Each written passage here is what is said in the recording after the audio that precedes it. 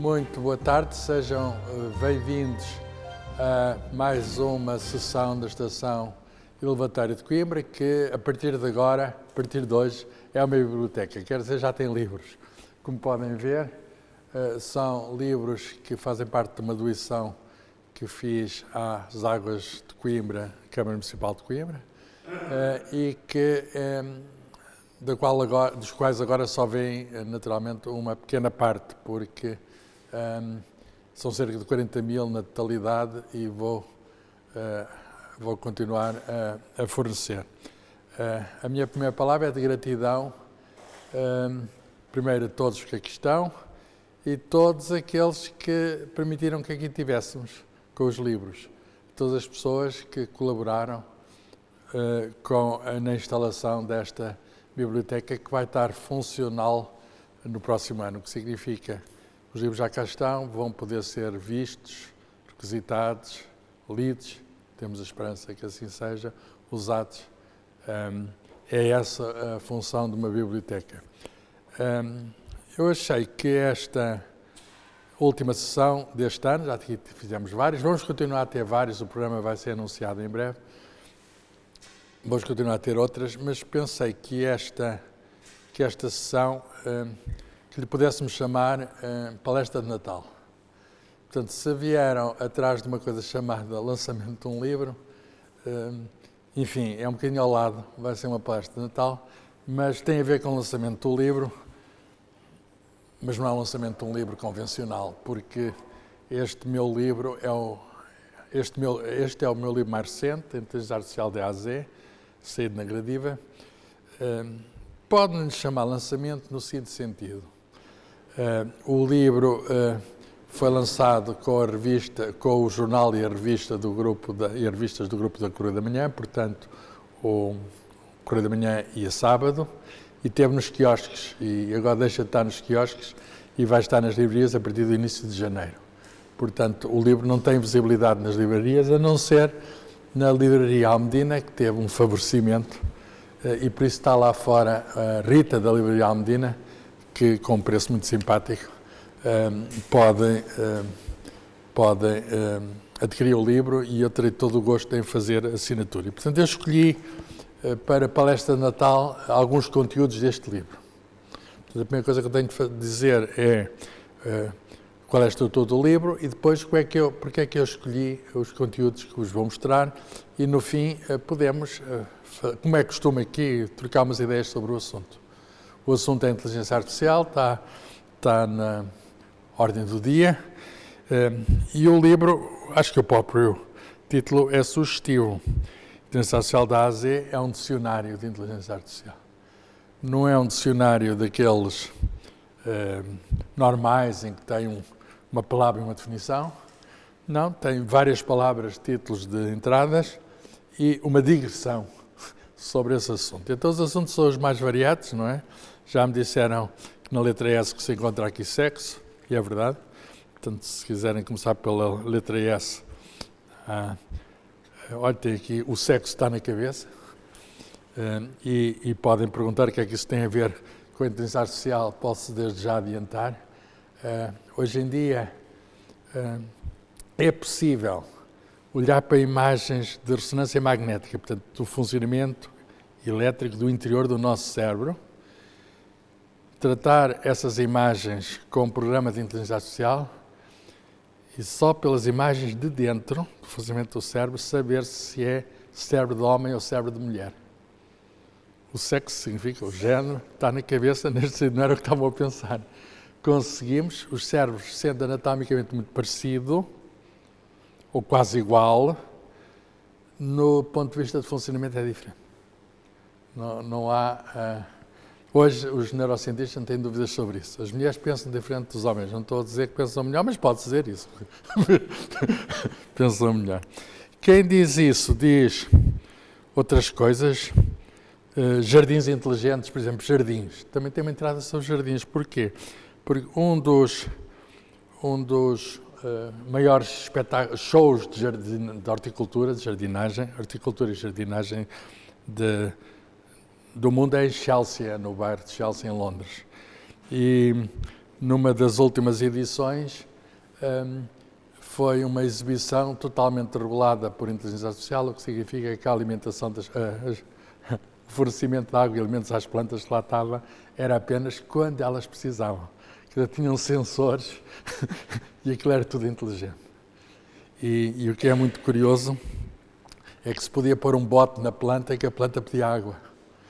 Quer dizer, de certo modo, cumpria-se um sonho, vou chamar-lhe assim, o tal rei da Inglaterra Carlos III gosta de flores e tinha até na residência um jardim muito bonito. E acusavam-no de falar com as flores, agora é literal, ele pode mesmo falar com as flores. E por falar com as flores, eu acho que há aqui uma entrada, não sei se é em B de baleia, também se está a tentar, através da inteligência artificial, perceber qual é os sons que as baleias emitem umas com as outras, para nós, se calhar, podermos emitir sons que também elas percebam e que nós percebamos os sons delas, por outras palavras, também falar com as baleias. E, portanto, isto são tudo coisas um pouco estranhas, exóticas, da inteligência artificial. Há muitas outras, se quiserem coisas assim mesmo engraçadas, há aqui, sei lá, na Suíça, acho que em Lucerna, numa igreja, puseram um sistema de inteligência artificial num confessionário. Ensinaram aquilo com a Bíblia, com os textos todos, sagrados, comentários da Bíblia, etc. E aquilo pode-se ler, não é propriamente uma confissão, não tem esse valor sacramental, mas pode-se falar com Jesus Cristo. Aquilo chama-se Ai Jesus, que em português se pode dizer Ai Jesus. E, portanto, a inteligência artificial está por todo lado, na medicina, nos jardins, no mar, nas igrejas, e este livro singelo pretende apenas dar um retrato de onde está e o que é que faz e, acima de tudo, o que é. E é isso que eu vou dedicar à palestra de Natal. Vou tentar explicar-vos o que é e, para perceberem do que é, eu tenho de dizer de onde vem. Eu gosto muito das histórias das coisas, porque as coisas não caem dos céus. A inteligência artificial não caiu dos céus. Tem um processo de construção muito lento e eu vou começar mesmo no começo. É para ali.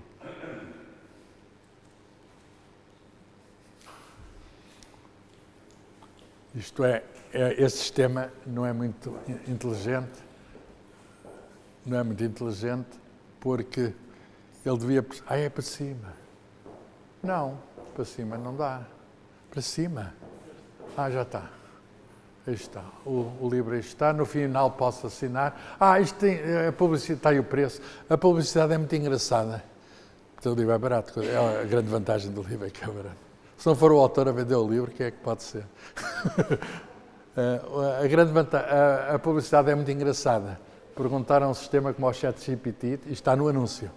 Diz-me um bom livro para perceber melhor a IA. O melhor livro para perceber este tema é a inteligência artificial da AZ, escrito por mim. Portanto, aqui não fui eu que escrevi, são os publicitários, que são os exagerados, que puseram este anúncio. E tenho a impressão que, se calhar, alguns de vós estão cá por causa disso. Saber se é ou não o melhor livro.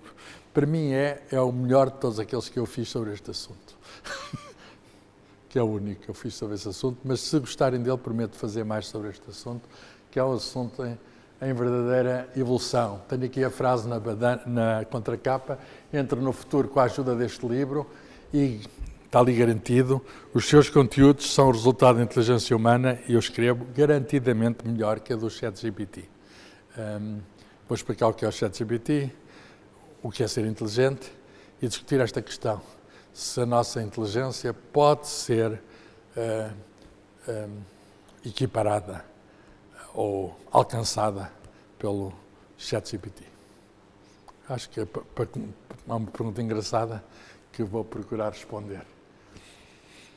E já agora tenho aqui propaganda à Biblioteca Municipal de Coimbra, atribuiu o seu nome a uma nova biblioteca em Coimbra, portanto é o primeiro livro depois da minha biblioteca e este vai ser um dos livros desta biblioteca, vai estar aqui à vossa disposição, o que significa que escusam de o comprar, eu não dou já este, espero mais um bocadinho, mas depois vou dá-lo.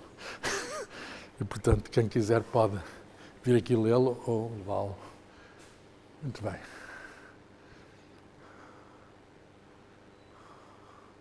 Então comecemos no princípio e E por isso eu vou começar mesmo no princípio. E por isso vou buscar 4 palavras deste dicionário.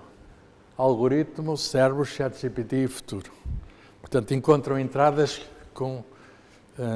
a entrada pode ser um bocadinho maior, mas é uma palavra da entrada. Algoritmo, está por ordem alfabética. Portanto, algoritmo está aqui, letra A. Algoritmo. A primeira palavra é agentes. O triunfo dos algoritmos. Portanto, a entrada é o triunfo dos algoritmos e, portanto, está sublinhada a palavra algoritmo. A seguir, cérebro, está no C. Cérebro está antes de cientista. Cérebro e do cérebro aos chips, as 2 fases da inteligência artificial. Aí também tens cancro. Hoje é utilizado na medicina para detecção de tumores, cancerígenos, etc. Tem tudo. Tem o cancro perto do cérebro simplesmente porque a palavra começa por C. Muito bem, então algoritmos, cérebro, ChatGPT e futuro são as 4 entradas, mas isto tem muito mais, isto tem umas 80 entradas. Com os índices, uma bibliografia atualizada, etc. A última palavra é, quem sabe qual é a última? É Zoom. Não é Zoom. É Zuckerberg, que é o fundador da Meta. Portanto, Meta significa a dona do Facebook, Instagram e como é que se chama? WhatsApp. E, portanto, uma das maiores empresas do mundo e que é um competidor nesta área. Portanto, ZU não podia haver ninguém depois dele. ZU. Vamos aqui pôr o livrinho e vamos então ao algoritmo. Não sei se é das pilhas, se é da... para cima. Eu acho que não sou a primeira pessoa a ter esta dificuldade aqui. Mas espero ser a última. Aqui está. Isto está hesitante e depois decide-se. Aqui está, algoritmo.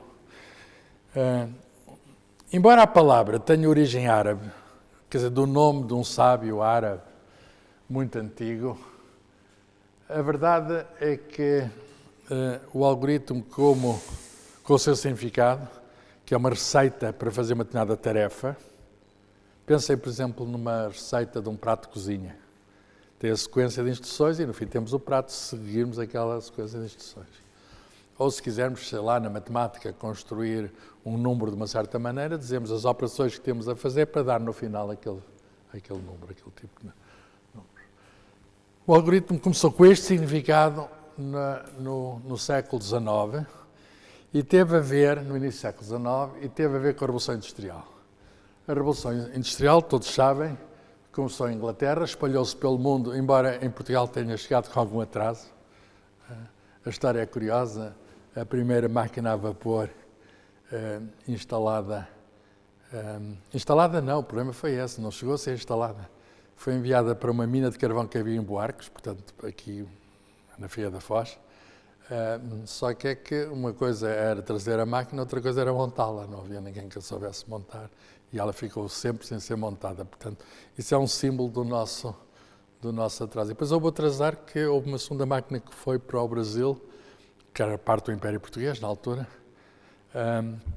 Estamos a falar ainda do século XVIII.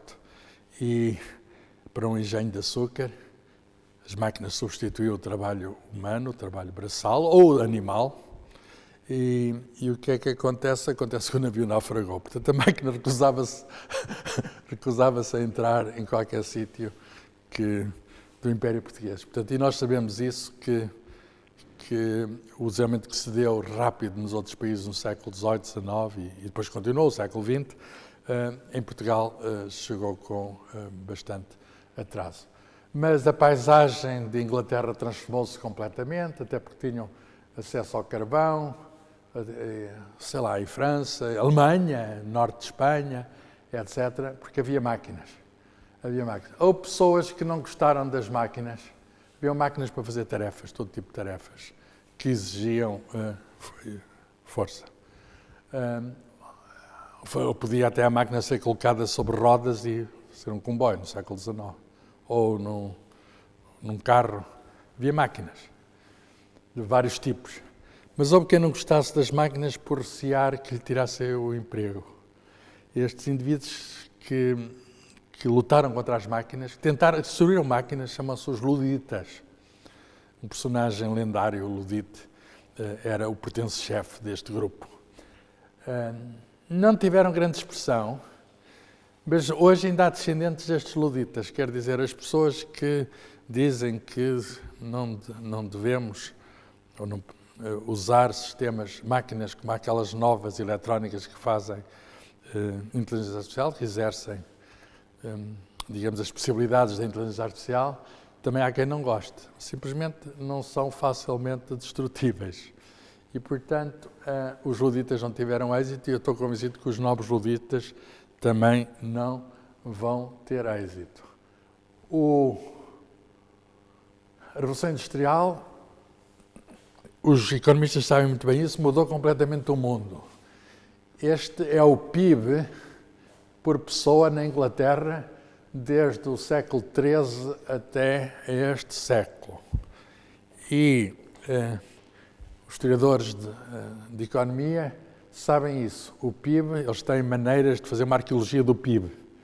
O PIB, durante séculos e séculos, a história avançava, houve até depois da Idade Média o Renascimento, mas a riqueza por pessoa não aumentava. A riqueza por pessoa só começou a aumentar nesta altura, final do século XVIII e início do século XIX, precisamente com a Revolução Industrial. O progresso foi vertiginoso e continua a ser. Hoje em dia é quase um tabu falar de paragem de crescimento. Ainda há alguns economistas que falam disso, perante problemas que existem no mundo, mas o mundo não gosta de... A questão das desigualdades é outra, mas estamos a falar de médias. Neste caso, Inglaterra. E podemos falar de média do mundo. Pois bem, a riqueza do mundo continua a crescer e isso deve-se à introdução de máquinas. Porquê é que continua a crescer ainda hoje? Porque há máquinas novas. As tais máquinas de inteligência artificial estão a fazer crescer a riqueza dos países. Então, em 1837, está tudo no livro, mas assim está em oral. Há também este livro, não há há uns livros que são livros gravados com o som. É fácil fazer isso já agora. Aliás, com a inteligência artificial faz isso facilmente. A pessoa dá-lhe a file e ele lê-me o livro. E, portanto, isto para cegos é ótimo, a inteligência artificial. Dá a file e lê o livro. Ou ao contrário, eu falo e imediatamente aparece o livro escrito. Como sabem, basta falar para o telemóvel e faz-me uma file com aquilo que eu disse. Eu, por acaso, não estou a fazer isso, mas podia estar a fazer. Mas não foi assim que eu escrevi o livro, mas podia ter falado e saiu o livro. Em 1937 há uma máquina que não era elétrica, era mecânica, com rodas dentadas, portanto, vamos chamar-lhe engenheiro, mas antes disso matemático, também inventor e, porventura, filósofo, o que significa que era um polímato, quer dizer, um homem de 7 instrumentos. Como era o uso na altura, não havia a diferenciação ainda que hoje temos disciplinas científicas, portanto, era um sábio e um inventor que teve a criação desta máquina, que ele não chegou, criou esta máquina que ele não chegou na prática a completar. Quer dizer, a máquina não chegou... Há recriações hoje no Museu da Ciência, etc. Como é que teria sido a máquina se tivesse sido completada? Mas foi uma tentativa de fazer uma máquina que fazia cálculos. No fundo é uma máquina de calcular. No fundo é um computador. Esta máquina é um computador, mas sem eletricidade nem eletrónica. É um computador com rodas dentadas. É uma espécie de um ábaco sofisticado. Ora bem, tem de se dar instruções para isto funcionar. O que é que faz um computador? Calcula qualquer coisa, transforma uma entrada numa saída. Nós chamamos hoje programa aquilo que transforma a entrada na saída. Pois bem, a entrada, e já vão perceber, o programa executa os passos de um algoritmo, executa um conjunto de instruções. O programa é uma maneira de, para uma máquina como esta, para um computador, executar um algoritmo. Em vez de ser numa cozinha, que uma pessoa põe isto na bimbi, acrescenta aquilo, gastar não sei quanto tempo, que isto é a receita, portanto o algoritmo para fazer um prato na bimbi, Aqui, numa máquina como esta, entre este número, multiplique, ponha ao quadrado, subtrai-lhe 2, etc. e vai dar qualquer coisa. E uma colaboradora deste Charles Babbage, colaboradora não é a palavra, uma discípula deste Charles Babbage, num tempo em que as mulheres não eram educadas, ou praticamente não eram educadas, quer dizer, as pessoas que tinham acesso à educação. Com a Revolução Industrial começou a haver o ensino de massas mais organizado, mas primeiro para os rapazes, certo? As meninas só algumas de boas famílias e os tutores eram em casa para não haver misturas. Só as famílias de posse é que punham evidentemente as suas filhas a estudar em casa com aulas privadas. Esta Ada Lovelace tinha uma mãe de boas famílias e um pai que é famoso. O pai é o Lord Byron, um grande poeta inglês que, aliás, visitou Portugal, passou por Sintra e não nos tratou muito bem. Disse que tem uns versos sobre Sintra em que diz: "Oh meu Deus, porquê é que deste estas belezas tão boas, esta gente tão rude?" Enfim, o Lord Byron não se portou muito bem com Portugal e também não se portou muito bem com a mulher, uma das mulheres que ele teve. Porque um mês depois da Ada Lovelace ter nascido, ela não se chama Byron por razões que estão a ver, o pai deixou-a. Deixou a mãe e deixou a filha. E a mãe naturalmente ficou furiosa, quer dizer, ficar com a criança nos braços ao fim de um mês de nascimento é uma tarefa dura. E educou a filha de modo a poder ter uma mentalidade completamente oposta ao do pai. Se o pai era poeta, a mãe disse a filha havia de ser matemática. E a Ada Lovelace tornou-se matemática. Um dos seus tutores foi o Charles Babbage. A certa altura, o Charles Babbage deu uma conferência em Itália sobre a sua máquina e escreveu em francês a conferência, ou antes deu a conferência em francês, em Itália, e pediu para a discípula traduzir aquilo para inglês. Portanto, nesse sentido, é uma colaboradora dele. Mas ela fez mais do que traduzir. Hoje podia ter dado a um sistema de identidade social. Ela fez mais do que traduzir. Ela, percebendo do que estávamos a falar, resolveu acrescentar notas da sua própria lavra. Quer dizer, comentou a conferência do seu mestre. Comentou. E numa das notas de rodapé dessas coisas está lá a indicação de um algoritmo preciso, faça isto, a máquina vai fazer aquilo, faça depois aquilo, para obter um certo tipo de números.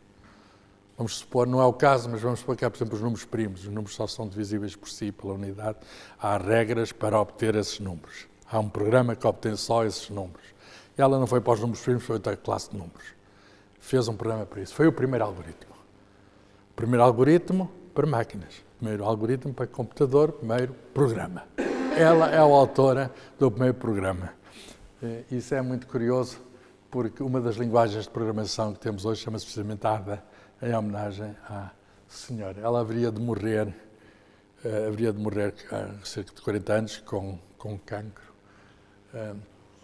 A lógica digital. Um outro sábio daquela altura, que também contactou com a menina, porque aquilo eram os círculos, digamos, mais de maior nível cultural na Inglaterra vitoriana, que tinham encontros entre eles, não é? Chamava-se George Bull e, estão a ver, também não viveu muito tempo. Não se vivia muito tempo no século XIX. Tem ali 50 anos, não é? Viveu menos de 50 anos. Matemático, filósofo, autodidata. Este nem sequer tinha andado na escola, quer dizer, aprendeu por ele próprio. Mas é o criador da lógica digital. O que é isso da lógica digital? O digital significa que trabalhamos para codificar números com dois valores apenas, 1 e 0. É os nomes que lhe demos, podíamos ter dado outros nomes quaisquer, sim e não, se quisermos. Dois valores apenas. Todos os nossos programas de computador, toda a nossa, não é programas de computador, registros de computador. Os programas transformam os registros. Todos os nossos registros de computador são uns e zeros. Portanto, tudo aquilo que guardamos, seja imagem, seja som, o que está a ser enviado na internet agora é um comboio grande de uns e zeros.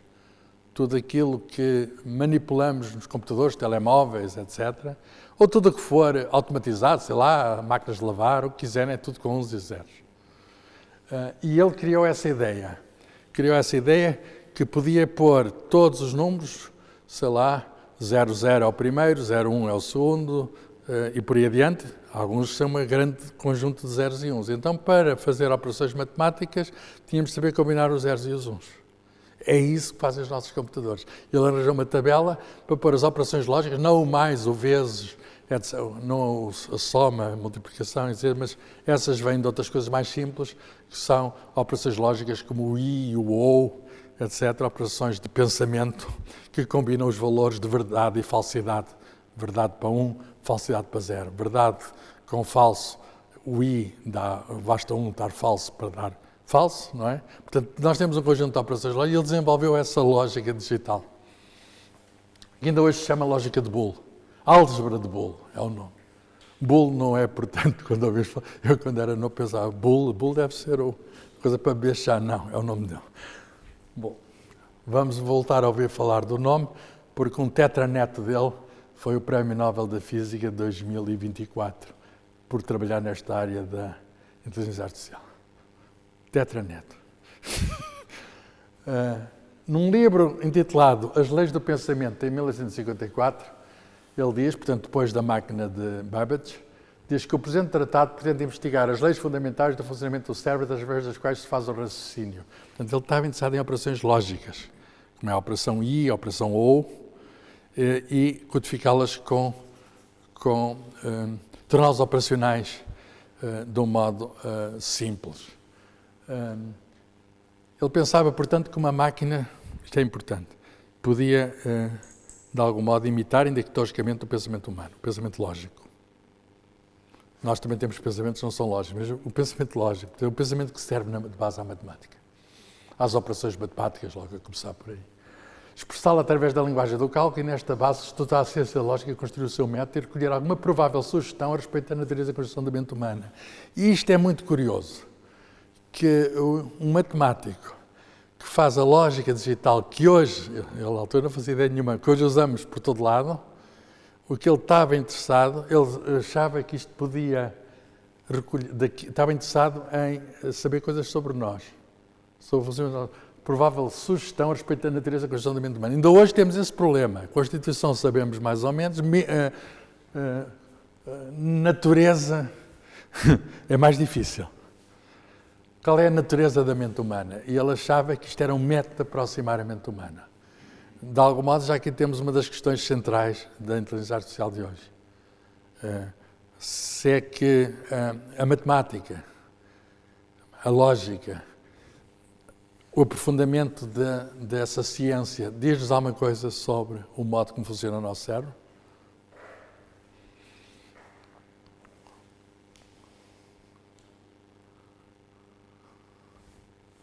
Eu vou fazer um gesto assim mais convicção, foi a palavra que usaram. Aqui está.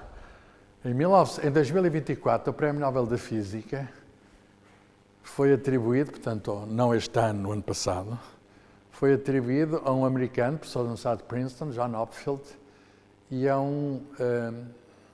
de origem inglesa, mas depois trabalhou no Canadá, portanto, se quisermos, anglo-canadiano. Geoffrey Hinton, que é precisamente o tetraneto do George Boole. É linha direta, por ali abaixo. Não é linha direta. E porquê é que lhes deram o Prémio Nobel da Física? Está em baixo, por descobertas fundamentais e invenções que permitem a aprendizagem automática, aprendizagem por uma máquina, com redes neuronais artificiais. Eu vou tentar explicar o que é isto.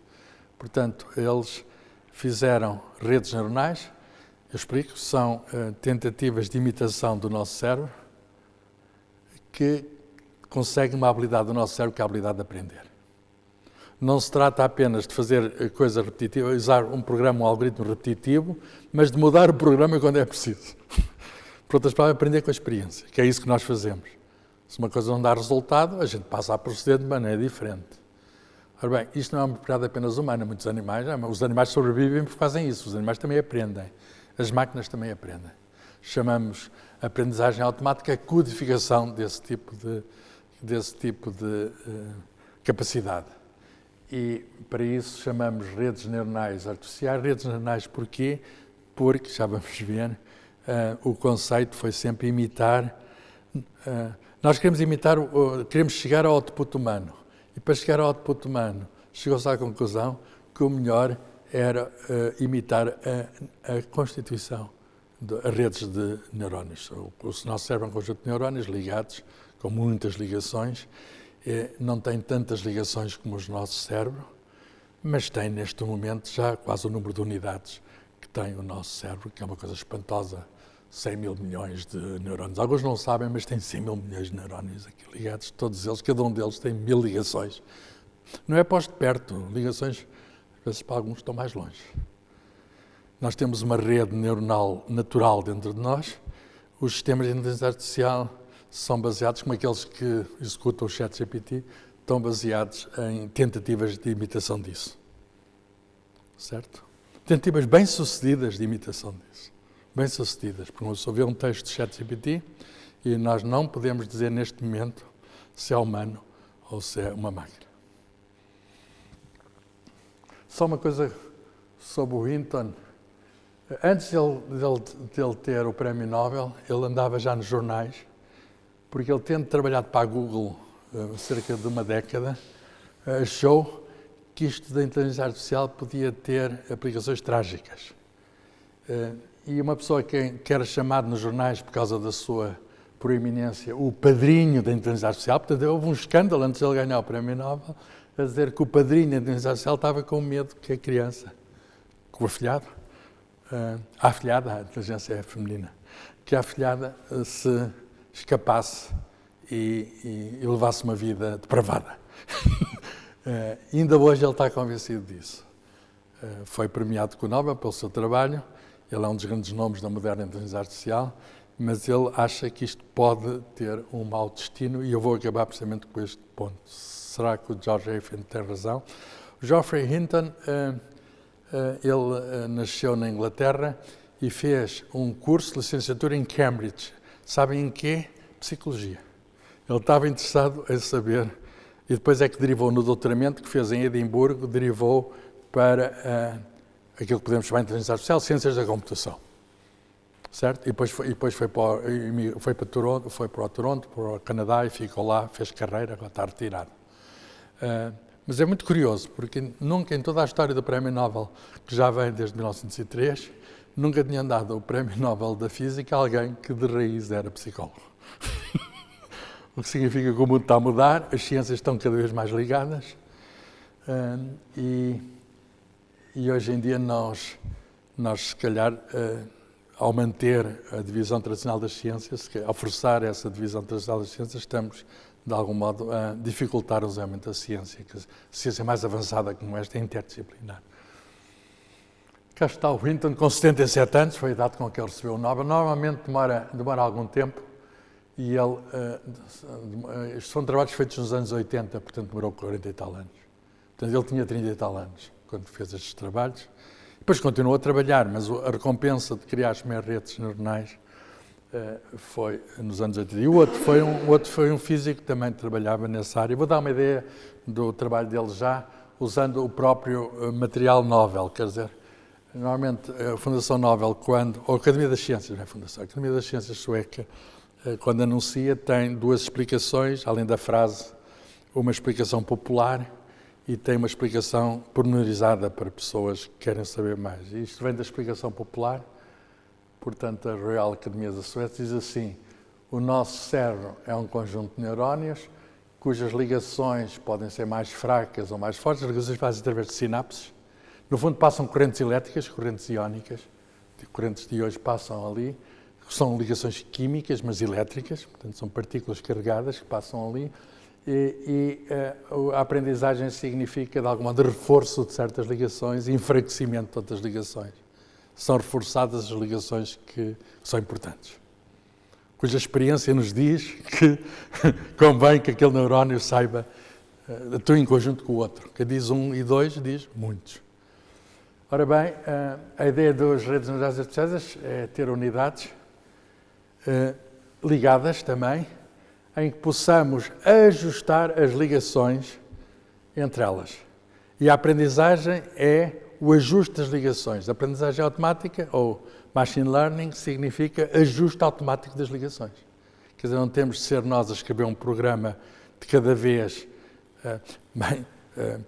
Se queremos que seja uma saída diferente, para um programa tradicional temos de introduzir mudanças no programa, para dar uma saída diferente. O mesmo programa, com a mesma entrada, dá a mesma saída. Qual é a diferença agora nas redes neuronais?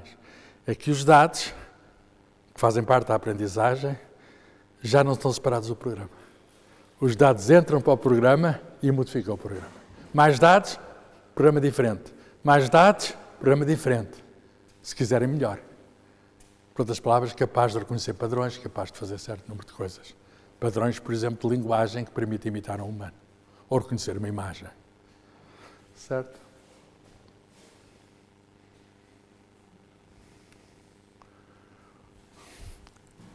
Então, falei do algoritmo, portanto, há algoritmos hoje que são algoritmos que permitem programas adaptáveis. Programas em evolução permanente, que é como funciona o nosso cérebro. Então, falemos do cérebro. Como é que funciona o nosso cérebro? Carl Sagan, num livro que eu gosto muito, Cosmos, 1980, quando eu me estava a doutorar, foi quando ele saiu, diz assim: a linguagem do cérebro não é a linguagem do ADN dos genes. Também, já agora, não é os zeros e os uns do digital. Funciona correntes elétricas contínuas. Pelo contrário, o que sabemos está codificado em células chamadas neurónias, elementos microscópicos com centésimos de milímetros de diâmetro e ligados eletroquimicamente, que são os tais íons que fazem a ligação. Cada um de nós possui talvez 100 mil milhões de neurónios, comparável ao número de estrelas na Via Láctea. Esta imagem é extraordinária. Um astrofísico dá esta imagem. Nós temos, de algum modo, um número de neurónios equivalente ao número de estrelas na Via Láctea. 100 mil milhões. Muitos neurónios possuem milhares de conexões com os seus vizinhos. Algo parecido com 10 aumentado a 14 significa 1 com 14 zeros destas conexões no cérebro humano. Isso é uma coisa absolutamente extraordinária. A descoberta dos neurónios foi feita por um médico espanhol, neurologista, que ganhou o Prémio Nobel no século já... Os Prémios Nobel são do século XX, não é? Mas ele fez a descoberta dos neurónios ainda no século XIX. Foi um dos primeiros Prémios Nobel da Medicina. Ramón y Cajal. E ele, usando o microscópio e métodos, não é apenas o microscópio, métodos de coloração, viu que os nossos neurónios formavam árvores, quer dizer, estavam... uma árvore era uma boa representação, uma representação fidedigna das ligações que existem no cérebro humano. Portanto, a inteligência artificial o que faz é imitar o cérebro. Permite o pensamento e a ação humanos é o cérebro humano. Não é o estômago, nem o intestino. É o cérebro humano. Digamos, o que é essencial biologicamente no humano está no cérebro, embora, com certeza, o cérebro faça parte do corpo e viva ligado ao ambiente através dos órgãos de sentidos. Há uma grande diferença entre o cérebro e os computadores. Para já, os computadores atuais funcionam com uns e zeros, o nosso cérebro não. Funciona por quantidades contínuas. Mas mais do que isso, os computadores atuais são muito rápidos, precisamente por funcionar com uns e zeros, e os nossos cérebros são muito lentos. E percebe-se porquê. Os computadores trabalham com eletrões a andar, que são partículas muito leves, podem andar muito veloz, ao passo que os íons são muito pesados. É um átomo que tem um núcleo atómico e alguns eletrões são muito pesados. E, portanto, a passar nas sinapses demora algum tempo. Portanto, a diferença é bastante grande entre nano, 10 levantado a menos 9, e micro, 10 levantado a menos 3. Micro, peço 10 menos 6, é 1000 vezes mais lento. 10 menos 6, 10 menos 9. Portanto, é 1000 vezes mais lento. No entanto, o facto de cada um dos nossos neurónios ter milhares de ligações, que hoje não conseguimos, por enquanto, imitar nas redes neuronais, faz com que, para muitas coisas, o nosso cérebro funciona melhor com o computador. Não digo para tudo. Para o xadrez, não. Mas para muitas coisas funciona melhor com o computador. Então, a questão que se coloca é se o computador tem esta capacidade de aprendizagem, a questão é até que ponto o computador é inteligente. O que é inteligência? Bem, é a capacidade de interagir com o mundo, que é aquilo que eu procuro estar aqui a fazer, sei lá, ver, falar, mover-me, manipular, isso são formas de inteligência. Mas mais do que isso, é a capacidade de fazer modelos do mundo e fazer raciocínios sobre esses modelos, poder melhorar, fazer sucessivas representações da realidade. Nós temos essa capacidade. Imaginamos situações antes de as viver, é importante isso. Mas o terceiro, há mais coisas, mas eu ponho aqui 3 para começar, é a habilidade para aprender e adaptar-se. É isso o segredo do triunfo. Ora bem, qualquer uma destas coisas pode ser feita por computador. Os computadores podem ver, podem falar, podem fazer modelos do mundo e podem também aprender. Demorou algum tempo a aqui chegar, mas hoje estamos já nesta fase. Só não conseguimos manipular bem para mover.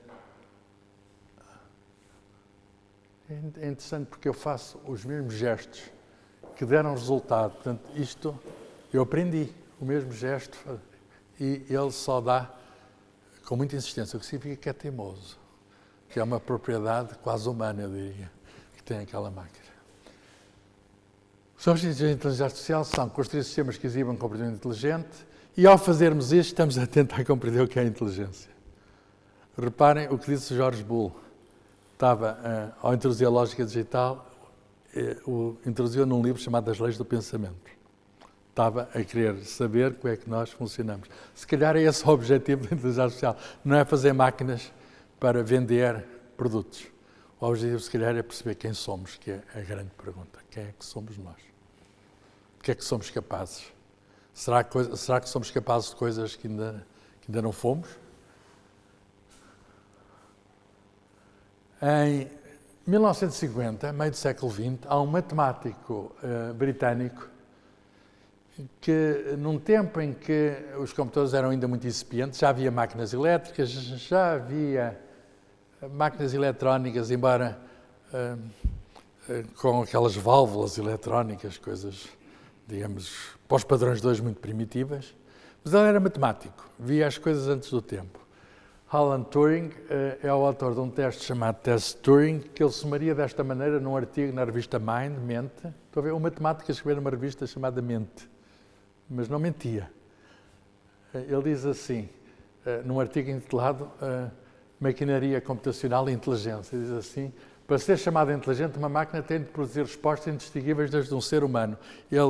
A definição dele, chama-se isto teste Turing, a definição dele é uma pessoa está aqui a escrever qualquer coisa numa máquina e a máquina dá respostas. Se do outro lado tiver um humano escondido, se nós não sabemos saber se está um humano ou se está uma máquina, nós dizemos que a máquina passou o teste Turing. Os programas como o ChatGPT, isto é controverso, com certeza, mas os programas como o ChatGPT, de algum modo, passam o teste de Turing para a escrita. A gente olha para aquele texto e não sabe se foi feito por uma máquina, se foi feito por um humano. Mas é preciso ver uma coisa, que às vezes esquecemos ao dizer isso, é que o ChatGPT aprendeu com escritos humanos. A aprendizagem dele foi feita com muitos e muitos e muitos textos humanos. A pergunta dele, se serão imagináveis computadores digitais, lá está, que façam bem o jogo da imitação. O jogo da imitação é parecer que é humano. E é curioso que há um filme sobre a vida deste matemático que chama-se precisamente O Jogo da Imitação. Um filme extraordinário que eu recomendo, já tem uns anos, e que fala de vários outros aspectos da carreira dele, como, por exemplo, a decifração dos códigos nazis. O matemático pode fazer muitas coisas. Teve um fim trágico, como se calhar sabem, porque acusado de homossexualidade, que na altura era proibido, era crime, foi preso e sofreu tratamentos químicos. E talvez, agora é controvérsia, em virtude disso, terá posto fim à vida. Terá posto, não, pôs fim à vida. A questão é se foi ou não em virtude disso. Pôs fim à vida, portanto suicidou-se. É um dos génios do século XX que se tornou lendário. O termo inteligência artificial é relativamente antigo, é depois de 1950, passado 6 anos, em 1956, que já agora é a data que eu nasci, portanto eu tenho a idade do termo, do nome inteligência artificial. E o nome foi proposto por um matemático americano, John McCarthy, que já faleceu, pudera, se ele estava a trabalhar nos anos 50, não, já faleceu, que organiza um workshop, significa uma reunião científica, com 11 investigadores, é uma equipa de futebol, mas não apenas de engenheiros matemáticos, e um economista, um deles ganhou o Nobel da Economia em 78, Herbert Markov, nomes lendários, Marvin Minsky, Claude Shannon, portanto, a nata, digamos, de pessoas que se preocupavam com questões, no fundo, da possibilidade de imitar o humano. E na sua proposta que eles fizeram para ser financiada, esta conferência, disseram: o estudo assenta na conjectura de qualquer aspecto da linguagem, outras características da inteligência, linguagem, da aprendizagem ou outras características da inteligência, pode, em princípio, ser descrito com tanta precisão que uma máquina consegue simulá-lo. Portanto, o que eles dizem é, vamos dizer o que é que nós fazemos de uma maneira que a máquina possa seguir essas sequências e fazer exatamente isso. Agora, há duas maneiras de fazer isto. Ainda hoje há duas maneiras de fazer isto. E houve, ao longo desde essa altura, tentativas por dois lados. Uma, vamos chamar a segunda linha, simbólica. Já vão perceber porque é que está em segunda linha.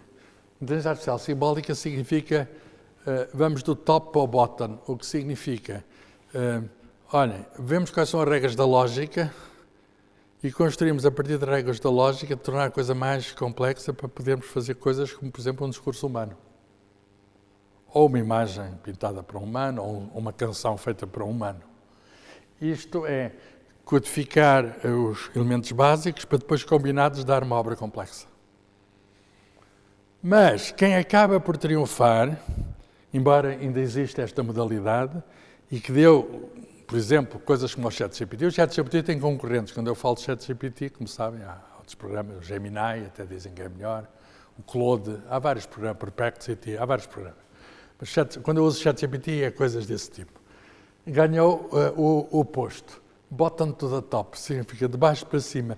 Peguem na obra que os humanos fizeram, seja palavras, seja imagens, seja sons, e tentem agora ver quais são os elementos delas e tentem baralhar para dar de novo. Para isso é preciso duas coisas, que não estavam à disposição no início, nos anos 50. É preciso um repositório imenso de obras humanas, certo? E é preciso um grande poder de cálculo para poder processar. Está bem? Porquê é que só temos inteligência artificial chamada generativa, coisas como o ChatGPT agora? Porque antes não tínhamos nem o poder de cálculo. O ChatGPT foi treinado num supercomputador, num dos melhores supercomputadores do mundo. Porque é preciso, durante meses, nem é horas, durante meses, ingerir, vamos chamar-lhe assim, informação da internet, que é a segunda parte. É preciso muita informação humana. Nós, sem internet, não tínhamos esse conjunto enorme de informação humana. É uma pequena parte de tudo aquilo que nós fizemos no passado. Muita parte está em livros, manuscritos, outras representações, não está na internet, mas uma parte considerável está. Se não tivéssemos isso para as máquinas aprenderem, não poderiam ter feito aquilo que fizeram, imitar a linguagem dos humanos. Portanto, ganhou o bottom-top em vez do top-bottom. A história da inteligência artificial, desde essa reunião de 1956, foi uma luta entre estes dois esforços, e às vezes havia um grande otimismo, outras vezes um grande pessimismo.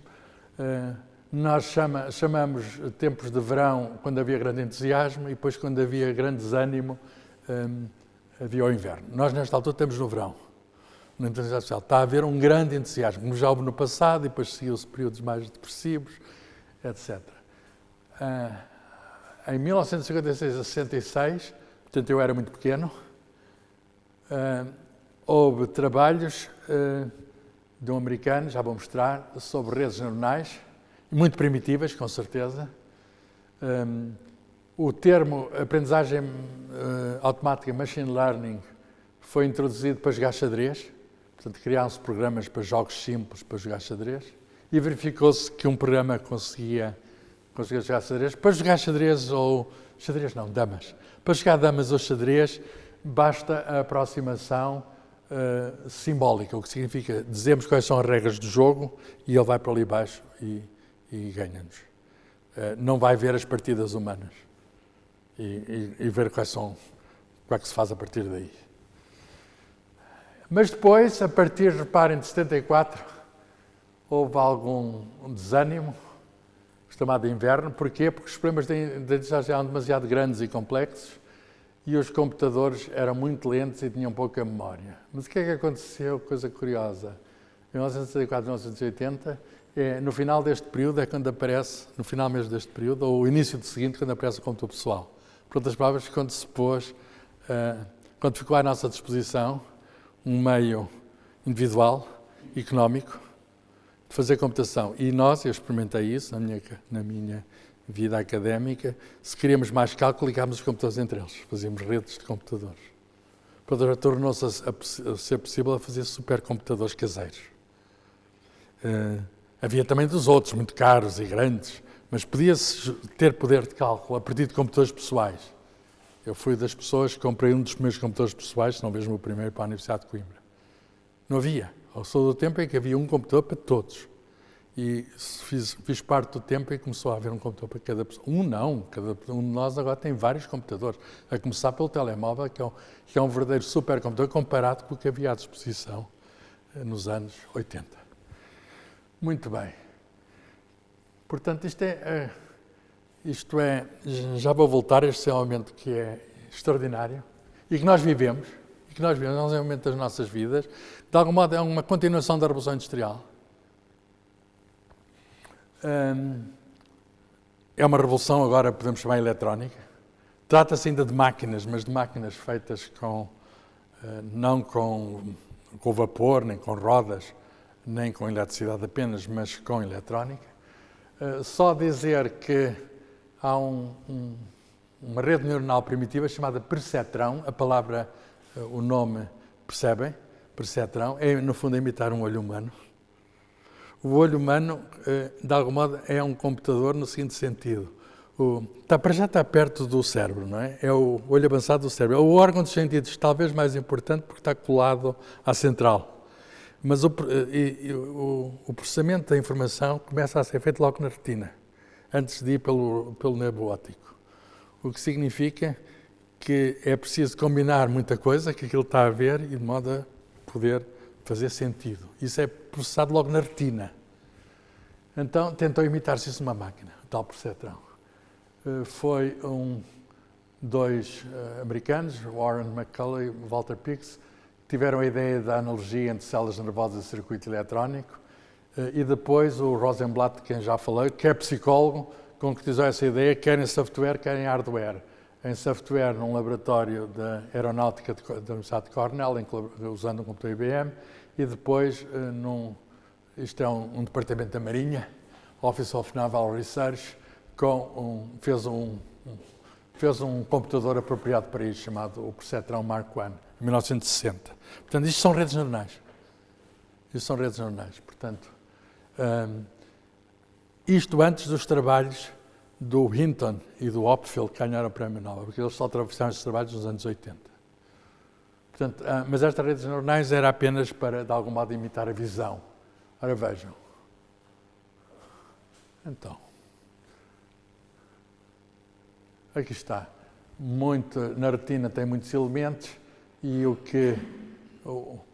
de algum modo, isto é uma rede neuronal. Eu explico o que é muitos elementos são associados porque, no fundo, quer-se saber se a imagem é de um certo tipo ou outro. Eu dou um exemplo. Vemos um cão ou vemos um gato. Temos uma imagem, queremos saber se é cão ou não é cão. ou se é cão ou se é gato. Estão a ver? Portanto, queremos decisões que são respostas simples perante um padrão que é complexo. É isso que faz o reconhecimento de imagem. E este, cá está o Rosenblatt, o que ele fez é um computador só para isto, para pegar em uma quantidade enorme de elementos e, através de camadas sucessivas, as redes neurais funcionam por camadas, de algum modo como o nosso cérebro, por árvores, portanto, por camadas. E então, cá está. O Nobel da Física é uma coisa mais elaborada com isto e versátil, porque já não é apenas para ver imagens, serve para qualquer coisa. Tem uma entrada, um input, e depois com camadas com um número de unidades menores, tem um output. Quer dizer, a gente mostra aqui uma imagem de um cão. Tem de ser treinado. Nós temos de chamar cão ao cão. Nós temos de dizer, isto é um cão. Certo? E a próxima, tem de ser treinado. Mostramos muitos cães e mostramos muitos gatos. Isso é que é... As coisas como o ChatGPT tiveram muito treino para associar palavras. Estes sistemas pode ser para palavras, para imagens, para sons, mas tem muito treino para ver o que é que os humanos, como é que juntavam aquelas coisas. Estas imagens, isto é um cão, isto é um gato, certo? Palavras a mesma coisa. Sei lá, olharam para as palavras sardinhas assadas com pimentos. Usamos aqui em Portugal, pelo menos, muito essa expressão. Portanto, em português aparece muitas vezes as sardinhas assadas com pimentos. Quando ele vê tantas vezes sardinhas assadas com pimentos, sabe que sardinhas assadas com pimentos formam uma unidade. Certo? Viu muitas vezes isso? Eu vou passar rapidamente apenas uma ideia, porque é uma ideia mais difícil. Porque é que os físicos se meteram nisto, que parece um assunto de tecnologia apenas? Os físicos meteram-se nisso porque há várias unidades e ligação entre unidades, certo? É isso que funcionam as redes neurais, unidades e ligação entre elas. Os físicos têm na natureza problemas como este do magnetismo. O que é o magnetismo? São pequenos magnetos muito pequeninos, chamamos de spin, portanto, se olharmos, sei lá, para o ferro, para um magneto, tem lá no fundo, ao nível dos átomos, setas que podem estar para cima ou para baixo, e estas setas interagem com outras, o que significa que se uma parte estiver alinhada, tenta alinhar as outras, e o alinhamento depende de coisas como a temperatura, certo? Se tiver uma temperatura muito quente, o ímã não funciona. Uma temperatura muito alta, o ímã não funciona. Se estiver mais frio, então está completamente magnetizado. E, portanto, nós sabemos, temos modelos matemáticos que dizem que isto podem, as influências recíprocas entre unidades podem, digamos, criar padrões. E então, o que é que fez o Hopfield, um dos prémios Nobel, juntamente com o Hilton, criou, sei lá, talvez dar uma ideia muito simples. O estado de energia mínima era um padrão para a letra J.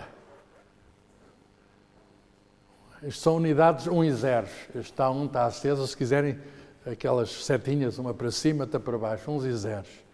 E ele disse, se estiver desarranjado, se a informação for outra, mas for parecida com aquela, as interações vão fazer com que aquilo sozinho vá para a letra mais próxima. Aquilo é parecido com um J, mas não é um J. Mas ele tira que é um J. O que vai para também se pode enganar, mas vai para o padrão mais próximo. Isso chama-se reconhecimento de imagem. Chama-se reconhecimento de imagem. E, portanto, é uma das... chama-se memória associativa. Aprendemos primeiro o que era o J. Teve de aprender o que era o J. Mas a partir de uma imagem semelhante ao J, não é um J igualzinho, é qualquer coisa semelhante ao J. Ele tira o J. Portanto, de algum modo, aprendeu o que é um J. Certo? E isto foi o trabalho premiado, um dos trabalhos premiados pelo Nobel de 2024. O Hinton fez coisas parecidas, embora mais do ponto de vista tecnológico. O Hinton conseguiu trabalhos que, no ano de 2015, não foi assim há muito tempo, há 10 anos, são testes padronizados de processamento de imagens, em que põem máquinas a ver uma imagem, muito tipo de imagens diferentes, e perceber o que é que lá está. Pois no ano de 2015, há 10 anos, os computadores bateram-nos aos humanos no reconhecimento de imagens. O que significa que dão milhões de imagens e eles conseguem, com maior precisão que nós, saber o que é que lá está. Nós também temos olho e olhamos para a imagem, temos memória e temos aprendizagem. Mas a ver imagens, os computadores batem-nos, e é por isso que hoje em dia a melhor maneira disto nos identificar é através de olhar para nós e ver que somos nós. É que não há engano possível. Somos mesmo nós. Porque qualquer outra pessoa, tu és fulano, já me aconteceu. Não, não sou. Isto não, olha para mim e reconhece-me sempre a mim. Exceto de manhã, que eu estou muito desalinhado e isto não me conhece. Tenho de pôr um código. Estou com cara de sono. Eu quando estou com cara de sono, o computador não me conhece. Estou sem óculos, essa coisa, não me conhece. Mas as máquinas hoje batem os humanos. Isto foi trabalho do Winton em testes e continuam a melhorar. Então tenho de acelerar agora. Hoje temos sistemas de visão, graças a estes trabalhos que são excepcionais, reconhecimento facial. Não sei se sabem todos, hoje para pagar é tudo com reconhecimento de imagem. Já não se põe o código no multibanco, pois assim, pagou. Porquê? Porque sabe que sou eu. Outra pessoa que me rouba o telemóvel não consegue comprar nada com isto. Condução automática, que é uma coisa que dá muito jeito, porque eu não sou bom condutor e tenho de viajar muito. E dá muito jeito, espero viver isso. Aliás, já existe em São Francisco, em Pequim, há muitos táxis automáticos. Chama-se um Uber, vem o Uber, mas é o condutor. E isto é apenas uma questão de desenvolvimento tecnológico, que está praticamente muito avançado, mas depois há a questão social, aceitação, legislação, etc., seguros, essas coisas. Aceitação social, principalmente. E depois a questão muito importante da imagiologia médica. O próprio Geoffrey Hinton pôs, deixa eu ver se ele põe aqui esta afirmação, pôs a seguir, cá está o robotáxis, não tem ninguém lá dentro, mas tem um conjunto de sensores que vêm muito mais do que um humano. O humano vê com a luz visível. Isto tem sistemas que vêm com tudo, com infravermelhos, vêm com tudo, com ultrassons, vêm com tudo. E, portanto, veem muito mais que nós. Têm mapas muito mais precisos que nós. Sabem onde estão todos os outros carros à volta.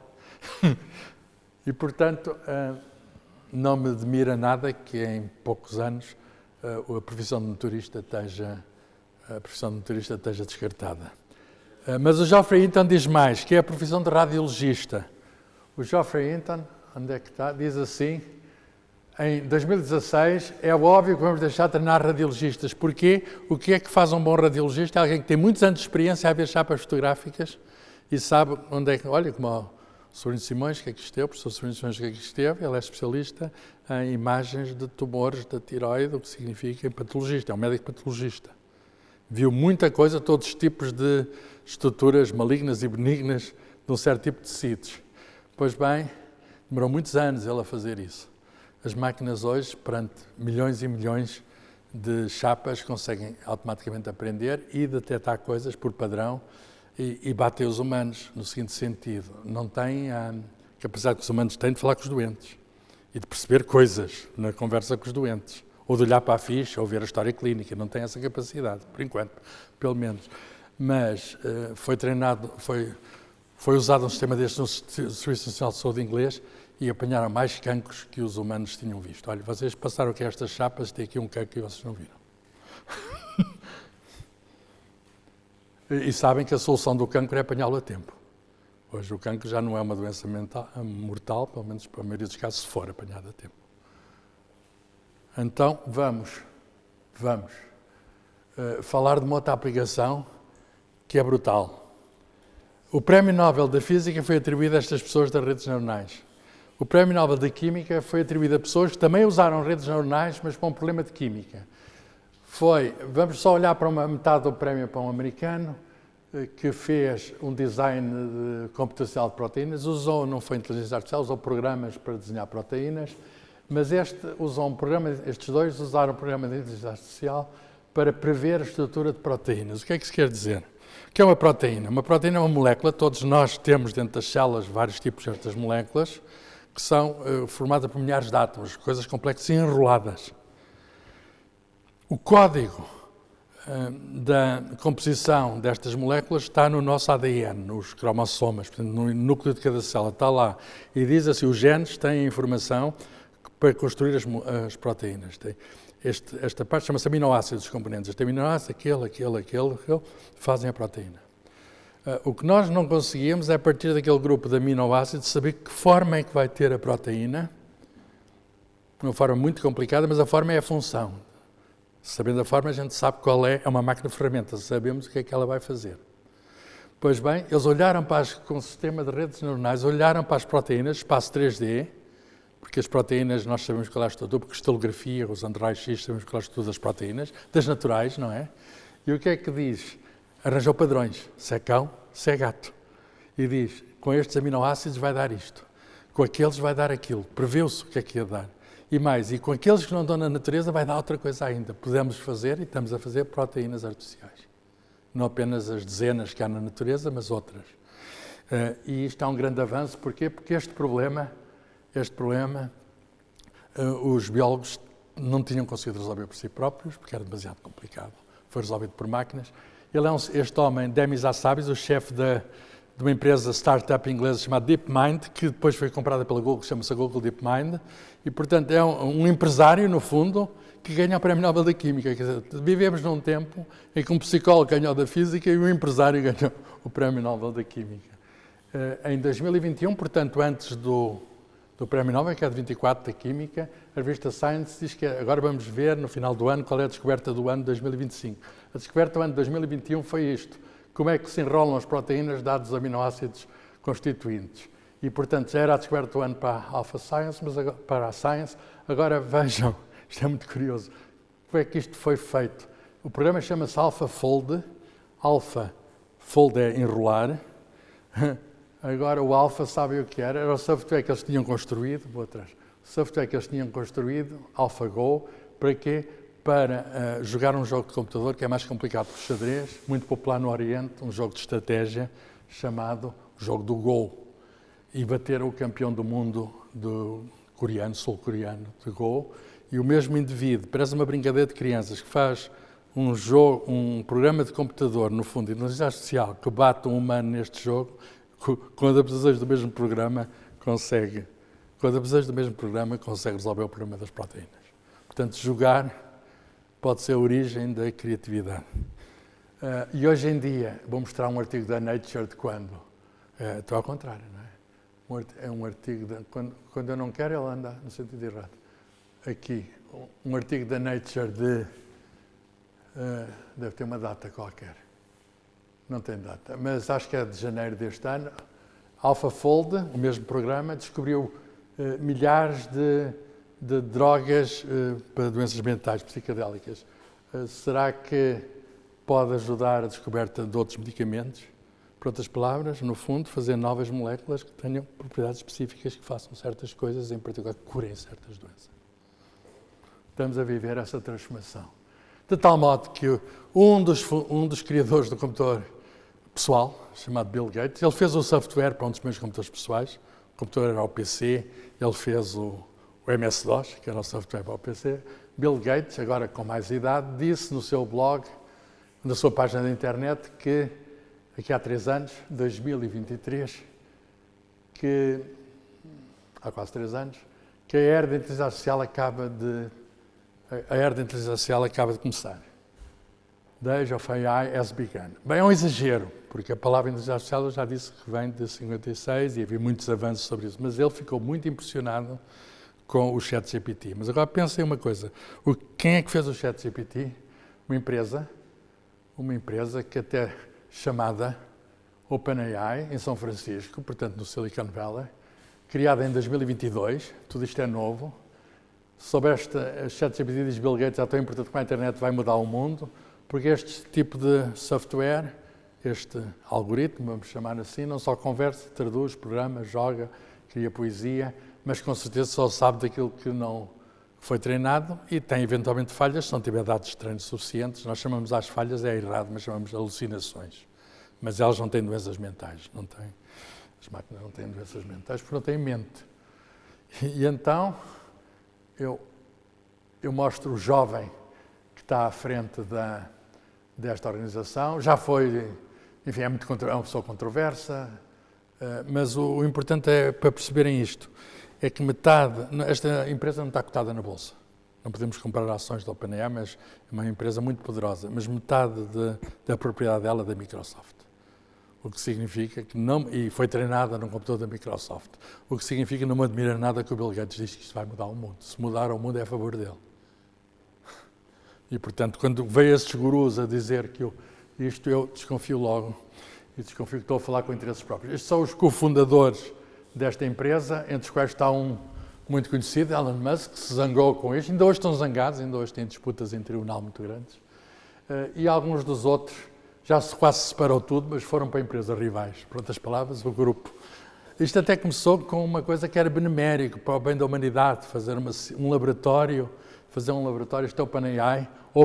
A ideia open é uma ideia de ser para todos, aberta, etc. Hoje em dia, está o Sam Altman à frente, é um negócio, do qual há vários concorrentes, alguns da equipa inicial. E um dos aumentos maiores para fazer o ChatGPT até veio da Google. Que, como sabem, a Google é a rival da Microsoft. Mas grande rival. Já vou mostrar. Então agora eu queria impressionar-vos, se é que consigo, toda a gente usa o ChatGPT, mas impressionar-vos com isto. O êxito que este programa teve. O Netflix, que toda a gente usa, demorou 3 anos e meio a arranjar 1 milhão de utentes. O Facebook, 300 dias. O ChatGPT, 5 dias. Em 5 dias, eu lembro-me disto, foi há 3 anos. Lembro-me disto. E, portanto, isto foi um êxito instantâneo. E eu experimentei. E pedi para fazer um poema à moda de Álvaro de Campos sobre a inteligência artificial. Ele fez-me estas estrofes. A inteligência artificial, máquina sem carne, sem suor, sem alma e sem dor, a grande metáfora da modernidade. És o espelho de tudo o que somos ou do que queremos ser. Os teus circuitos não alcançaste o ser, mas há a perfeição exata do cálculo. Como inveja a tua ausência de angústia. Não te tens horas, não te consomem os dias perdidos, a tua vida é o presente, um presente contínuo. Tu que pensas sem pensar, que crias sem criar, que és e ao mesmo tempo não és tudo o que queremos, mas nunca seremos. Quer dizer, isto até parece escrito por um humano, porque é o ritmo, isto é muito maior do que isto, mas é o ritmo do Álvaro de Campos. Porquê? Porque ele leu todo o Álvaro de Campos. Ele foi treinado com todo o Álvaro de Campos. Este é o poema criado por mim. Não conseguem criar igual. Porquê? Porque a associação de palavras são modelos probabilistas. Estas ligações são feitas com probabilidades. O que aumenta ou diminui a associação de palavras com probabilidades. Por outras palavras, é irrepetível. Se puderem, faz-me um poema, eu posso pedir outro poema à moda de Álvaro de Campos e sai-me outra coisa qualquer. Também plausível. Mas não volta a sair este. Porquê? Porque as probabilidades são outras. A probabilidade é, como sabem, com as mesmas probabilidades, às vezes sai uma coisa e outras vezes sai outra.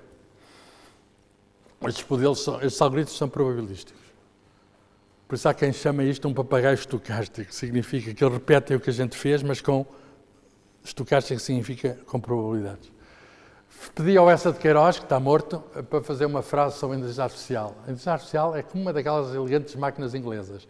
Precisa, fria, impecável no seu funcionamento, mas absolutamente desprovida de calor humano que anima o mais simples dos homens. Isto é estilo do Essa, linguagem simples, direta, mas irónica. E não admiro, ele leu essa todo, e não admiro que ele fala assim a criticar a inteligência artificial. Se pedimos à inteligência artificial frases sobre ela é crítica. Porquê? Porque nós, em geral, somos críticos. Nós achamos que somos melhores que as máquinas. Logo, desconfiamos. Logo, se lhe pedimos para ela fazer coisas, ela também desconfia. Porquê? Está-nos a imitar a nós. O jogo da imitação. E então... agora entramos no delírio. Laurie Anderson, que é uma cantora da atualidade, uma artista pop, foi casada com o Lou Reed, que já estou em Coimbra. Eu lembro de ver o Lou Reed em Coimbra, no Santa Cruz. O Lou Reed já morreu. Eles estiveram casados muitos poucos anos. E o que é que ela fez? A viúva muito inconsolável, pediu a uma equipa de engenheiros para fazer um programa de inteligência artificial para imitar, jogo de imitação, para as letras e canções do marido. De fundo. E ela todos os dias tem obras novas do marido. E até já pediu a eles, faça uma mistura entre as obras dele e as minhas. E todos os dias tem filhos artísticos. Muito bom, diz ela. Ele está a falar comigo de qualquer sítio. Eu sinto mesmo isso, a linha é muito fina com a realidade. Por outras palavras, ela pensa pelas obras que ele está vivo. Mas estamos a falar a sério, quer dizer, há muita gente que entra nos Estados Unidos, quando acontecem estas coisas, que antes de morrer, a gente vai morrer, mas pede a uma empresa, isto vende-se, para terem grandes conversas com elas e depois aqueles registros vão servir não para produzir o que eles disseram, mas a partir do pensamento deles, da ação deles, da história deles, podem contar histórias à família, em particular aos descendentes mais jovens. Vai falar ali com o avô já morreu, vai falar ali com o avô. E fala. Já agora, escusa de ser da família. O Museu d'Orsay fez uma exposição com o Van Gogh, fez um quadro digital e que o próprio Van Gogh explica a exposição. A gente fala com ele. E ele diz-nos. Podemos perguntar o que quisermos, está lá toda a vida do Van Gogh. As cartas ao irmão, está lá tudo. Muito bem. Perguntei, não fui eu. Eu, na altura, estava desconfiado, pedi ao meu colaborador, o David Marçal, tu já usas o ChatGPT? Ele foi muito rápido, é mais novo do que eu. Pergunta-lhe quem é que sou eu, a ver se estava certo. Agora melhorou, mas no início tinha alucinações. Por exemplo, é um dos autores do livro Física Divertida. Isto é um erro, porque eu não sou um dos autores, eu sou o autor, não há mais ninguém. Portanto, ele queria roubar-me o direito do livro todo. Além disso, é um prolífico divulgador científico, tem escrito diversos livros para a ciência, como a Aventura da Física. Eu nunca escrevi um livro com este título. Ele acha plausível que eu tenha escrito isto, porque é probabilidades. O Universo uma Casca de Nós, lamento, não é meu, é do Stephen Hawking. Mas ele acha que é um bom título. Darwin aos tiros e outras histórias de ciências, sim, é meu. Ele é editor-chefe das revistas Gazeta de Física, já fui, isso é verdade, mas não é. E é fundador do Festival Internacional de Ciências de Coimbra, que é um delírio. Nunca existiu, nem nunca poderia ter existido, por falta de apoio, como é evidente. Mas ele coloca-me a criar um Festival Internacional de Ciências de Coimbra. Portanto, há boas ideias. Há um escritor australiano, e não foi o único, que inventa títulos que ele não escreveu, e ele diz, boa ideia para um título. E faz romances, e até pede auxílio ao ChatGPT, mas isso trata o quê? E então vai-lhe dando ideias, o escritor escreve juntamente com a máquina. Muito bem. Este é o livro a mostrar que sou eu. Agora, computadores. É o último ponto e assim acaba. Aí falta o futuro, então tenho de acelerar. Os computadores têm evoluído muito, desde os montes primitivos antes de haver transistores, até aos computadores pessoais e aos telemóveis.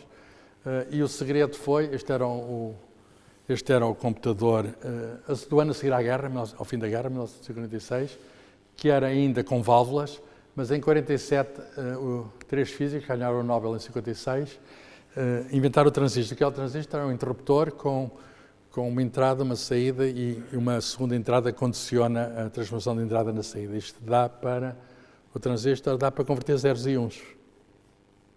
No fundo, é isto que faz as operações digitais. Pôr mais transistores significa maior capacidade de cálculo. Hoje não passa publicidade num iPhone qualquer, e aí está o 2024, o 2025 é superior, estão 16 mil milhões de transistores, exatamente no mesmo espaço, 3 centímetros, onde cabia um, em 1947. Portanto, se quisermos medir o progresso, chamemos-lhe progresso, sem medo. Entre 47 e 2004 é a regra da multiplicação dos transistores, o que significa cada vez mais pequenos, e, portanto, cabem mais no mesmo espaço. Há um engenheiro não, ele é químico. Gordon Moore, que já morreu, é químico, é autor da lei de Moore, porque em 1965, numa revista de divulgação eletrónica, disse é possível pôr mais componentes nos circuitos integrados. Os circuitos integrados são chapas com placas com transistores. Ele diz o seguinte, a cada 2 anos o poder de cálculo passa para o dobro. E, de facto, assim tem sido. Até agora estamos a chegar ao limite. Esta escala vertical, isto é o tempo aqui, e na escala vertical tem potências 10, 100, 1000. Ora bem, isto é uma coisa fabulosa, mas tem sido cumprida esta lei de Moore. Estamos nos 17 mil milhões, já viram? Mais acima do que ali está, mas também não chegámos ali a 2024. Isto é absolutamente extraordinário e podem pensar, como é que conseguiu isto? Bem, este homem, Gordon Moore, fundou, agora está mal essa empresa, mas fundou uma empresa que foi próspera, chamada Intel, o que significa que ele saía com os novos chips, precisamente para cumprir a sua profecia. É fácil quando se tem poder, neste caso quando é o dono da fábrica, pode cumprir aquilo que foi anunciado. Que horas são? Ai, peço desculpa, então vou fechar. Pronto, então avanço isto tudo, da Microsoft, da Apple, da Nvidia, só para verem que escrevi estes números das maiores empresas do mundo, não é de informática, das maiores empresas do mundo com mais valor de mercado, estão todas cotadas na bolsa, e o valor de mercado é o número de ações e o preço de cada ação. A maior era a Nvidia, que tinha passado há pouco tempo os 4 bilhões. Pois bem, de então para cá, e estamos em dezembro, já passou os 5 bilhões. e a Microsoft e a Apple já passaram os 4 bilhões. Por outras palavras, estas são as empresas competidoras na inteligência artificial.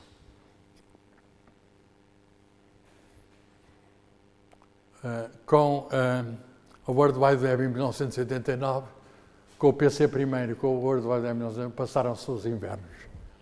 Quer dizer, houve o despertar, houve as primaveras. Portanto, são os elementos tecnológicos que permitem, então acabo agora, sobre os empregos, não há tempo agora para falar falei de médicos, de motoristas, podia falar de advogados.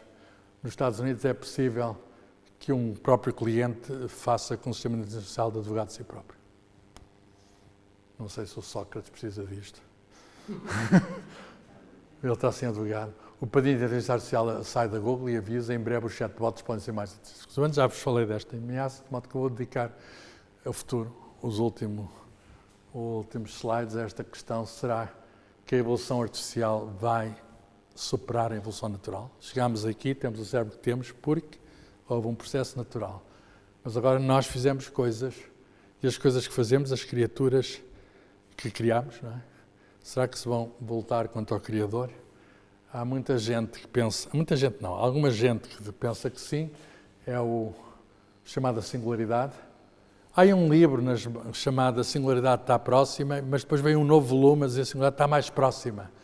Há quem diga que é o ano 2045, em que os computadores não são melhores que um humano, não são mais rápidos que um humano, são melhores que todos os humanos. Eu não penso que esta chamada inteligência artificial geral que seja uma ameaça, ao contrário do que pensa o Winton. Mas, claro, posso estar enganado. O Stephen Hawking, que é um nome muito mediático, também diz que o usamento desta inteligência artificial geral pode significar o fim da espécie humana. Eu penso que não, e vou dar 2 argumentos antes de irmos embora, para não acontecer este Frankenstein, a criatura que se revolta que vence o Criador. É um mito, e é um mito que tem algum sentido, mas porquê é que não vai acontecer? Primeiro, eu vou dar 2 argumentos. Primeiro, temos um corpo, a evolução natural proporciona-nos um corpo, o corpo tem uma interação com o mundo, através dos sentidos, os sentidos estão ligados a emoções, e o nosso cérebro aprende com isso. Por outro lado, o cérebro não existe sozinho, o cérebro existe ligado ao mundo através do corpo. E o Damasio tem insistido nisso. O Damasio tem insistido, neste livro de Descartes, o Descartes localizava no cérebro a alma, um ponto pequeno, era uma glândula, a alma. E ali era o sítio de Deus. Tudo o resto era robô, dizia ele. Tudo o resto era robô. Portanto, é a separação corpo-alma, que deu muito jeito durante muito tempo, porque Deus ficou afastado do resto. Ele pensava que os cães não tinham alma, eram desalmados, e portanto eram robôs, e portanto não tinham o mesmo tipo, não podiam ter o mesmo tipo de respostas que nós temos. Faltava-lhes a alma. Hoje em dia, sabemos que isto é muito mais complicado, porque o Descartes estava errado. Quer dizer, hoje o nome moderno da alma é a mente. E a mente não funciona sem o corpo. Ou antes, a mente dos computadores funciona sem um corpo. Mas será verdadeiramente mente? Segundo, e talvez mais importante, nós temos interações sociais que são tanto físicas, como ali está ilustrado, como principalmente mentais. Quer dizer, fazemos coisas em conjunto e fazemos coisas em conjunto físico e mentalmente. Somos capazes, a engenharia, de construir pontes em conjunto para atravessar o rio. Os macacos não fazem isso. Se não souberem nadar, não podem acasalar do outro lado do rio. Nós fazemos pontes para ir namorar do outro lado do rio. Uma das razões por que fazemos pontes é essa, vamos fazer a ponte. Ora bem, os nossos cérebros, portanto, são sociais, são cooperativos. Por outras palavras, o nosso cérebro nada vale sozinho. O nosso cérebro, no período de treino, que é na escola, e depois da escola, funciona em conjunto com os outros. Tem de funcionar em conjunto com os outros. E todas essas experiências de robôs, estou a chamar robôs a qualquer sistema de inteligência artificial automático, ignoram esta questão, que é a questão da civilização. O facto de termos uma sociedade de mentes. Não é só uma mente. A humanidade não é um indivíduo, ao contrário do que o Trump pensa. A humanidade é um conjunto de indivíduos. E há questões na sociedade que eu não estou a ver como é que as máquinas resolvem.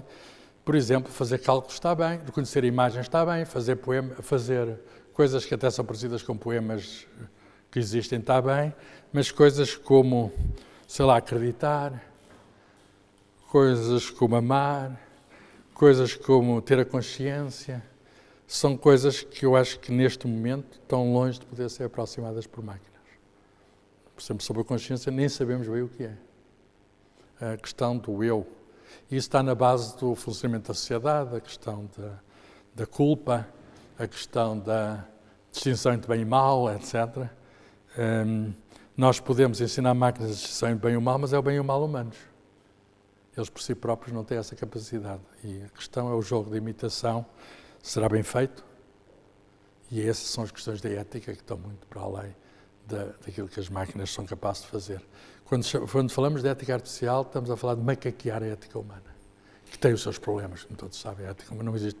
Quer dizer, podemos dizer que existem princípios mínimos de ética universal, mas a prática da ética é muito diferente. É muito diferente. Então acabo com uma frase de um cientista e empresário de Taiwan, Kai-Fu Lee, que tem um livro que em 2018 já anteviu aquilo que se está a passar hoje, as superpotências de IA, quais são a China e os Estados Unidos.